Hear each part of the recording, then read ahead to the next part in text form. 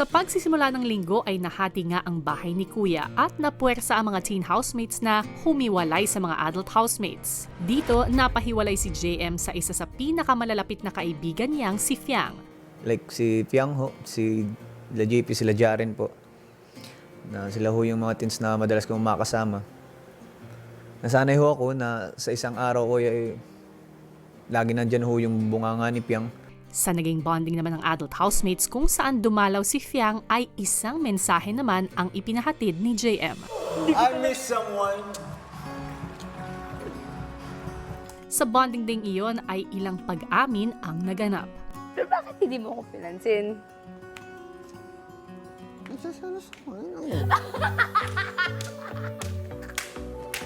Bakit? Inaamin din eh. May pag-asa ba si JM? Yes. Nagselos ka ba kay Fiang? Ay, ay, ay! Sagutin mo nila. Oo. Ay, ay! Matapos ang aminan, si JM tila mas naging vocal sa kanyang paghanga kay Jazz. Jasmine Halen, Deadly Skills. I-complete na yun, good. Deadly Scales. Deadly Kiss. Jasmine Helen, Deadly Scales. Dudley ba? Deadly Skills. Deadly. Mas gusto kong deadly. Bakit? Nakakapatay na patay siya. Kakamatay ang kanyang mga mata. Ay, ay, ay! John Mark Ibarra. Jasmine Helen, Deadly Scales. Bastos ka ha. Gusto niya dead Bakit kasi dead? daw sabi ko, nakakapatay ba si Ate Jazz? Pero simula ho, umanga ho ako sa kanya, kuya. Aminin ko ho sa inyo. Mula ho nung napansin ko na po sa kanya na halos ate ho siya, nagpapaka-ate dito sa bahay. Kasi nakikita ko ho sa kanya kung paano mag-alaga yung mama ko. Sa physical, kuya, kahulma ho ng mukha niya, yung ermat ko, kaya kahit di ho kami nag-uusap, ninanakawan ko lang ho ng tingin. Humahanga na ho ako sa taong yun, yung mga linggo na ako po yung task leader, yung sa balsa po. Kasi doon ko po una po ako nakaramdam ng magseselos nga, kuya, na di ko ho maintindihan ba't yun yung nararamdaman ko, ba't magseselos ako, kuya. Pinupunto ko sa akin ni Jazz kung bakit hindi ko ho siya pinapansin nung linggong yun. Aminin ko sa inyo, sinadya ko talaga yun na hindi ho siya pansinin ng time na yun kasi gusto kong iwasan, kuya, gusto kong pigilan kung ano po yung napipil ko na po yung about sa kanya. Yung... Anong gusto mo itanong kay Jazz? Jazz, gusto mo ba si JM? Tanong mo. Ay, Ate Jazz, gusto mo ba si JM from JM? Sagot agad ah. Walang karang isipan ni Diyos ah. Oo agad ah.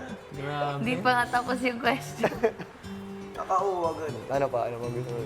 Gwapo ba si JM?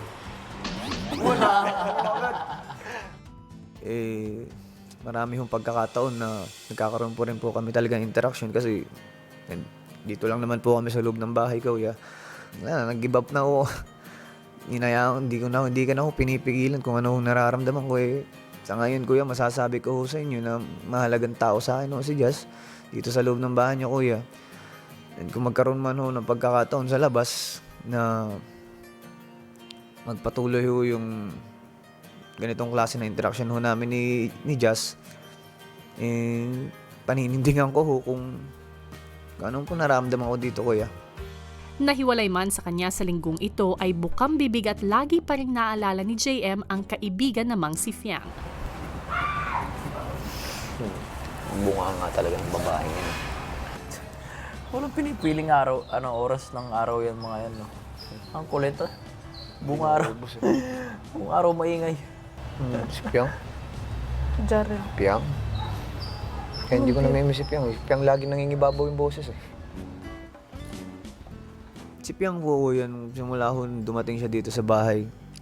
Hindi ko naman po yung na-expect na magiging ganun po kami ka-close. Hanggang sa lumalalim na ho yung napapag-usapan namin patungkol ho sa mga buhay-buhay namin, kuya. Hanggang sa, ayun lang, kuya.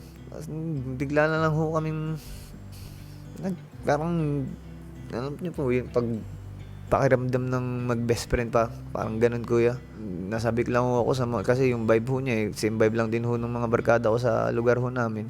And siguro na-touch lang ho ako nung gumawa ho siya ng